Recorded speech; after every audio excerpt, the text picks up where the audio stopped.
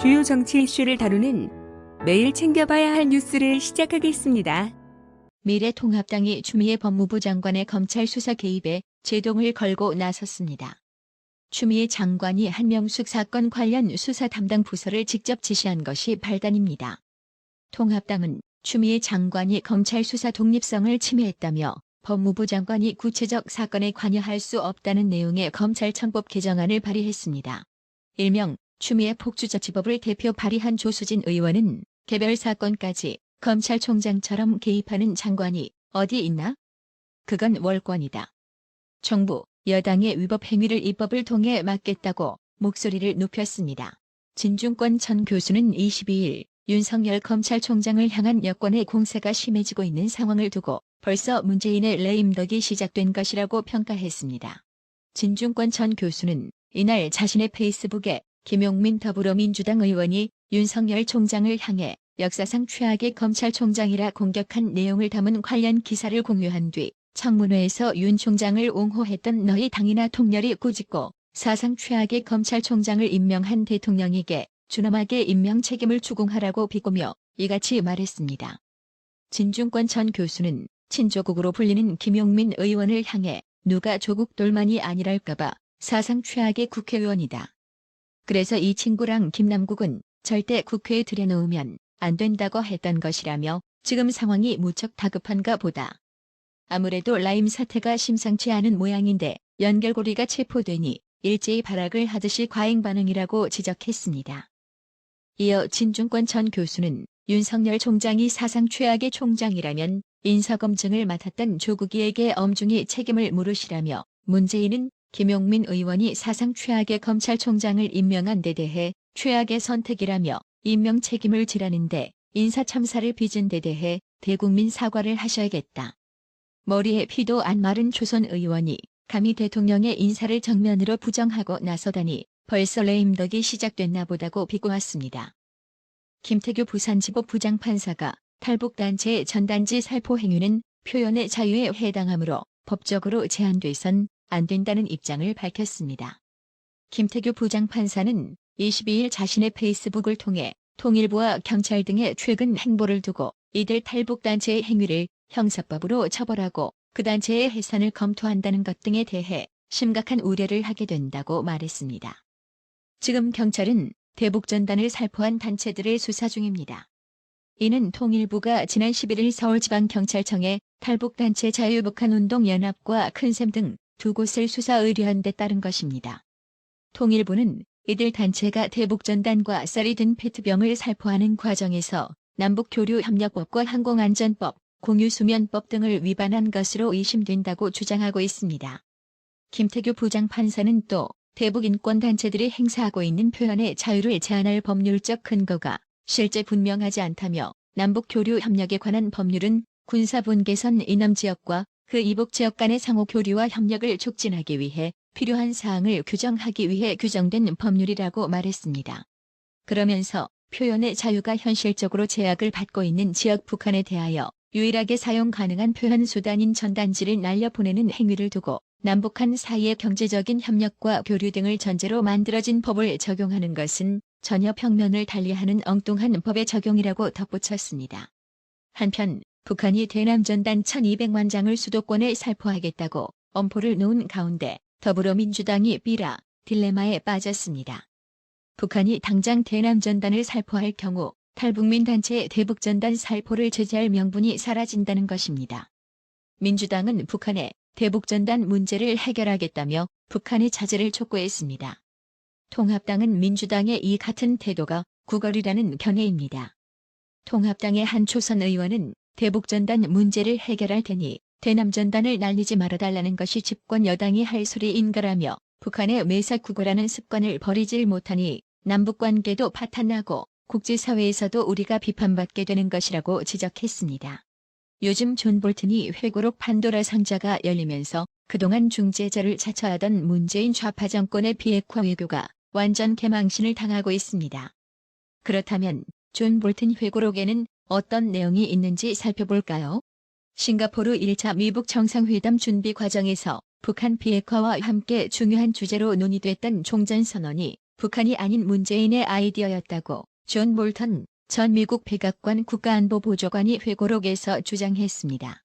볼턴은 현지 시간 23일 출간될 회고록 그 일이 일어난 방에서 싱가포르 미북 정상회담과 관련한 우리의 논의에 있어 또 하나의 중요한 주제는 한국전에 대한 종전선언이었다며 나는 처음에는 종전선언이 북한의 아이디어라고 생각했다. 그러나 나중에 그것이 문재인이 거시란 의심을 하기 시작했다. 문재인의 통일 어젠다에서 나온 것이자 이를 뒷받침하기 위한 것이었다고 주장했습니다. 또 볼턴은 자신의 회고록을 통해 지난해 6월 30일 판문점 남북미 정상 간 만남 때도 문재인이 눈치 없이 끼어들었다고 폭로했습니다. 작년 6월 30일 오후 판문점 차이오이 집 앞에서 남북미 3자 정상이 만났을 때 청와대 관계자들은 역사적 순간이라고 평가했습니다.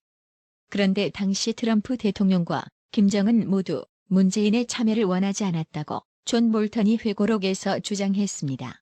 볼턴 전 보좌관은 트럼프 대통령은 김정은과 만나는 동안 문재인이 근처에 없기를 바랐다면서 하지만 문재인이는 완강하게 참석하려 했고 가능하면 3자 회담으로 만들려고 했다고 주장했습니다. 볼턴에 따르면 6월 30일 오전 청와대에서 열린 한미 정상회담 때부터 미국 측은 문재인 판문점 만남 참석 요청을 3차례 거절했습니다. 이날 문재인은 김정은이 한국 땅에 들어설 때 내가 없으면 적절하지 않아 보일 것이라며 김정은에게 인사만 하고 트럼프에게 넘겨준 뒤 떠나겠다는 제안을 했다고 합니다. 이에 마이크 폼페이오 미 국무장관은 문재인의 생각을 전달했는데 북한 측이 거절했다고 말했습니다. 트럼프 대통령도 나는 문재인이 참석하기를 바라지만 북한 요청대로 할 수밖에 없다고 말했다고 합니다. 그러자 문재인은 그동안 미국 대통령이 비무장지대를 방문한 적은 많지만 미국 대통령과 한국 대통령이 함께 가는 것은 처음이라고 주장하며 동행을 고집했습니다. 트럼프 대통령은 김정은에게 할 말이 있다. 경호실에서 일정을 조율하고 있는데 그들의 말을 따를 수밖에 없다면서 이 기회를 놓치고 싶지 않다며 문재인의 동행을 다시 완곡히 거절했습니다. 문재인은 그러나 비무장지대 내 관측 초소 OP 올렛까지 동행하겠다. 그 뒤에 무엇을 할지 결정하자며 고집을 꺾지 않았다고 합니다. 트럼프 대통령은 이에 김정은이 어떻게 생각하는지 내가 좀 이해를 하는데 나를 보고 싶어 한다는 걸 안다며 나를 서울에서 배웅하고 이후에 오산 공군기지에서 다시 만나자고 제안했습니다. 또 문재인의 동행을 거절한 것입니다. 문재인은 결국 판문점 자유의 집까지 따라가 트럼프 대통령과 김정은을 안내했습니다. 당시 청와대는 남북미 정상의 만남은 또 하나의 역사가 됐다고 자랑했습니다. 볼턴 전 보좌관은 이와 관련해 김정은도 문재인이 근처에 오기를 원하지 않을 것이 분명했다고 주장했습니다. 볼턴 전 보좌관은 북한식 단계적 비핵화를 옹호한 문재인의 주장을 쉬저프레닉, 즉 정신분열증적 생각이라 지적했다고 조선일보가 22일 전했습니다. 볼턴 전 보좌관은 지난해 2월 하노이 미북 정상회담이 결렬되고 며칠 뒤 정의용 청와대 국가안보실장이 문재인의 정신분열증적 생각을 전했다며 내게는 북한의 주장과 아주 비슷하게 들렸다고 회고록에서 밝혔습니다. 문재인은 미국이 단계별 비핵화를 지칭하는 북한의 행동 대행동 제안을 거절한 것은 옳았다면서도 하지만 영변 핵시설을 해체하려는 김정은의 의지는 북한이 돌이킬 수 없는 비핵화, 즉 CVID에 접어든 것을 보여주는 아주 의미 있는 첫걸음이라고 주장했다고 합니다. 하노이 미북 정상회담 당시 김정은은 영변 핵시설을 해체할 테니 대북 제재를 일부 해제해달라고 트럼프 대통령에게 요구했습니다. 북한이 핵 프로그램을 포기한 만큼 미국이 보상해달라는 행동 대행동 비핵화 제안이었습니다. 그러나 미국은 완전한 비핵화를 강조하며 거부했습니다. 김정은의 영변 핵시설 해체 제안은 명확히 정의된 적이 없었다고 지적한 볼턴 전 보좌관은 문재인의 생각은 내게는 북한의 행동 대행동과 비슷하게 들렸다고 지적했습니다. 문재인이 북한의 제안을 거절한 게 옳다면서 동시에 이를 받아들이라고 제안했다는 지적이었습니다. 현지 시간 21일 볼턴 전 보좌관은 ABC와 인터뷰에서는 미북 비핵화 외교는 끝났다고 주장했습니다. 볼턴 보좌관은 미국 대선 이후까지 북한과 어떤 합의도 없을 것이라며 이같이 말했습니다. 해당 소식에 온라인 누리꾼 7천여 명 이상이 좋아요를 클릭하며 볼턴이 맞는 말 하셨네요. 공공의 적? 북한서도 욕하고 미국서도 막말하네. 이제 시진핑 입만 바라보고 있겠군. 왜 쪽팔린 건 국민들 몫인지라며 볼턴이 말에 공감하면서 문재인 좌파 정권의 외교력에 탄식하는 반응을 보였습니다. 존 볼턴 전 백악관 국가안보보좌관이 회고록을 통해 미북 정상회담과 판문점 남북미 3자 회동 등에서의 문재인을 언급한 것에 대한민국 정계가 갑론을박 중입니다. 박근혜 정부에서 외교부 1차관과 국가안보실 1차장 등을 역임했던 조태용 미래통합당 의원은 22일 문재인 혼자만의 통일 아젠다 완성을 위한 짜깁기와 보여주기식 쇼맨십만이 난무하고 있다고 비판했습니다. 조태용 의원은 김정은의 비핵화 의지도 종전선언에 대한 북한의 구상도 모두 문정부의 헛된 기대 속에서 꾸며진 허구였음을 드러내고 있다며 김정은과 나란히 걸었던 두보다리 만남도 백두산 천지에 함께 올라들어 올렸던 손도 모두 문 대통령 혼자만의 통일 아젠다를 위한 장식품이었다고 비판했습니다. 조태용 의원은 이제 어디부터가 진실이고 어디까지가 거짓인지도 모호해져 버렸다며 우리 국민은 물론이고 국제사회조차 북한 비핵화 과정과 방향에 대해 의구심을 느끼고 있다. 진실이 궁금하다고 촉구했습니다. 이에 문재인 정부에서 대통령 비서실 국정기획상황실장을 맡으며 판문점 남북미 정상회동의 실무 책임자였던 윤건영 더불어민주당 의원은 이 상황이 혹이다 싶은가 본데 한반도 평화마저 정략적 관점으로 접근해서 공격하는 말들에 더욱 참담하다고 맞받아쳤습니다. 그러면서 통합당은 대한민국 대통령과 정부의 말은 믿지 못하고 자신의 책 판매에 혈안이 된 볼턴이 말은 믿나라며 이런 야당의 행태야말로 국격을 떨어뜨리는 자의 행위라고 비난했습니다. 해당 소식의 한 네티즌은 이 정부를 믿느니 볼턴을 믿겠다. 김 회장이한테는 직소리도 못하는 것들이 똥줄 타나 왜 이리 난리야라고 돌직구를 날렸습니다. 정의용 청와대 국가안보실장이 22일 존 볼턴 전 미국 백악관 국가안보보좌관의 회고록 내용과 관련해 상당 부분 사실을 크게 왜곡하고 있다며 미국 정부의 책임 있는 조치를 요구했습니다. 정의용 실장은 3차례의 남북정상회담과 2차례의 미북정상회담 과정에서 볼턴 전 보좌관의 카운터파트였습니다. 그러나 협상 파트너였던 볼턴이 폭로로 정의용 실장이 난처한 상황에 빠진 것입니다.